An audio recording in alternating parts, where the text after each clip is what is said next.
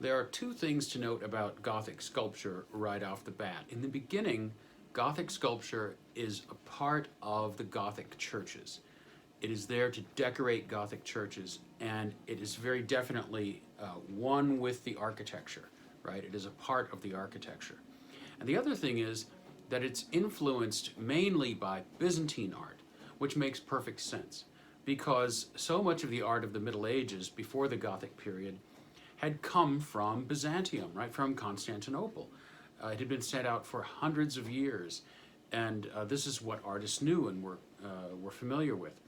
So the earliest Gothic sculpture is very influenced and patterned after Byzantine icons, Byzantine ivory panel carvings. These things were always in the artist's mind.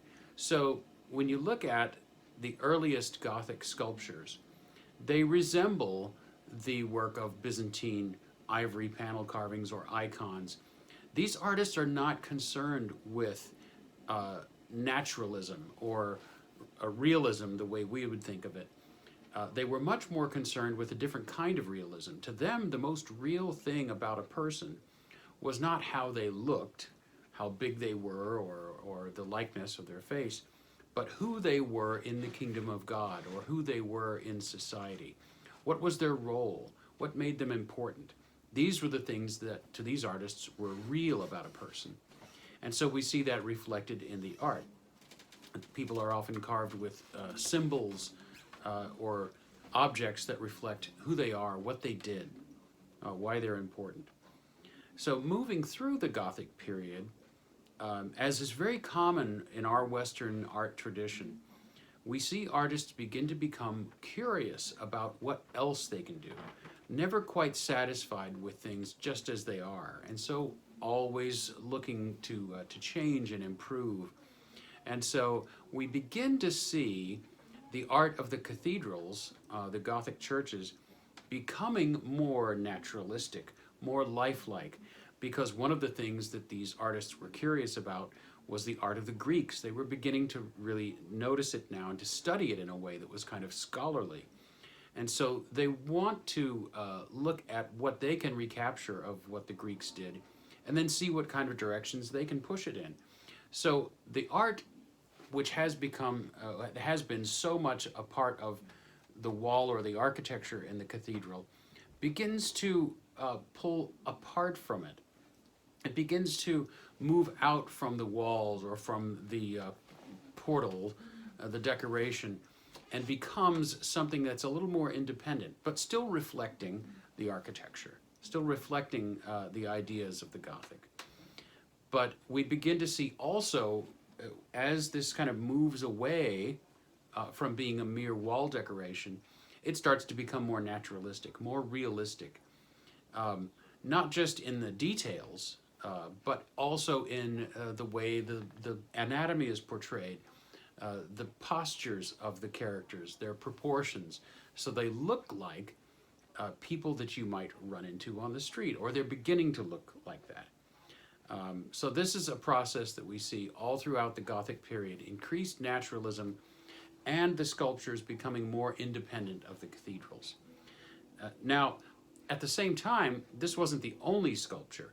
Another kind of sculpture you see during the Gothic period was miniature or portable sculpture.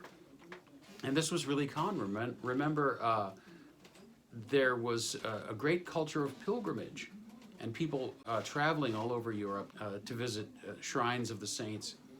And so we saw one of the things that the artisans did in the cities where these people traveled to was to carve little miniature sculptures that people could buy and take with them as devotionals in their homes, or to donate to a church as a way of giving thanks. So this also is another aspect of Gothic art that sort of takes after the ivory panel carving, right? Something small and portable.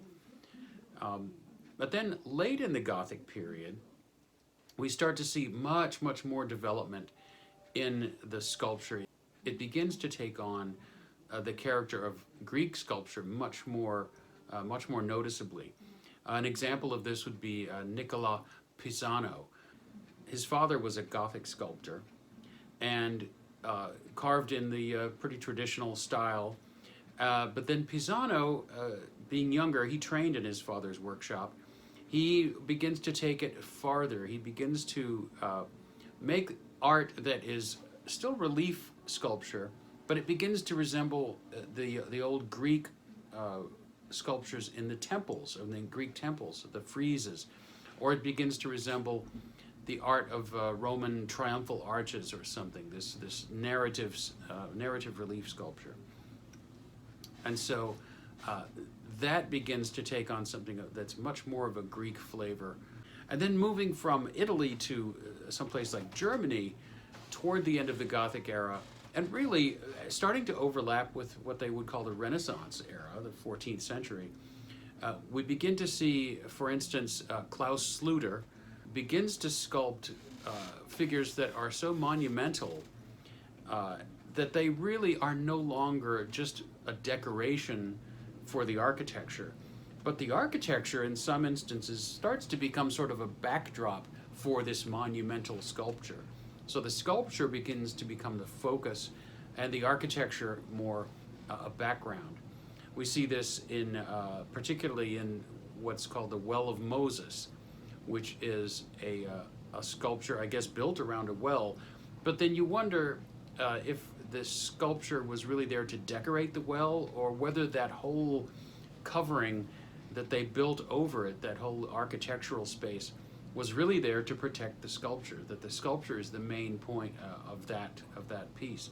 So toward the end of the Gothic, we are already overlapping and moving gradually into what they call the Renaissance. In fact, the next unit that we will study is really about the Northern Renaissance in Germany, where Klaus Schluter worked, and also in Flanders, which was Belgium and Holland and places like that, where there was a great deal of progress and advancement already going on during the late Gothic period in the northern countries. And we'll look at that in just a few weeks.